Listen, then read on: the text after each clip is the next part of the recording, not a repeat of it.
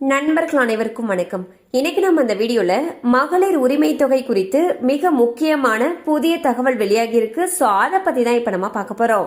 தமிழகத்தில் தற்பொழுது மகளிர் உரிமை தொகை திட்டத்தின் கீழ் குடும்ப தலைவிகளுக்கு மாதந்தோறும் 1000 ரூபாய் வழங்கப்பட்டு வருகிறது. இந்த தொகையானது நேரடியாக குடும்ப தலைவிகளுடைய வங்கி கணக்கில் வரவு வைக்கப்படுகிறது. இந்த திட்டத்தின் கீழ் ஏராளமான குடும்ப தலைவிகள் பயனடைந்து வரும் நிலையில் தற்பொழுது சட்டமன்ற தேர்தல் நெருங்குவதால் மகளிர் உரிமை தொகை உயர்த்தப்பட இருப்பதாக தகவல் வெளியாகியுள்ளது. சமீபத்தில் மகளிர் உரிமை தொகை 2000 ரூபாயாக உயர்த்தப்படும் எனவும் ஆண்களுக்கு இலவச பேருந்து என அதிமுக அதிரடியான வாக்குறுதிகளை அளித்தது.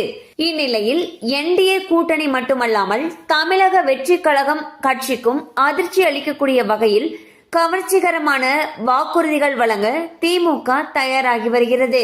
அதன் ஒரு பகுதியாக மகளிர் உரிமை தொகை உயர்த்தவும் திமுக திட்டமிட்டிருப்பதாக கூறப்படுகிறது.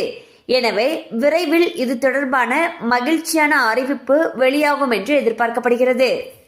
பாத்தீங்கன்னா வரக்கூடிய சட்டப்பேரவை தேர்தலை முன்னிட்டு ஒவ்வொரு கட்சிகளுமே அவங்களுடைய தேர்தல் வாக்குறுதிகளை உருவாக்குறதுல ரொம்பவே மும்முரமா வேலை செஞ்சுட்டு வந்துட்டு இருக்காங்க.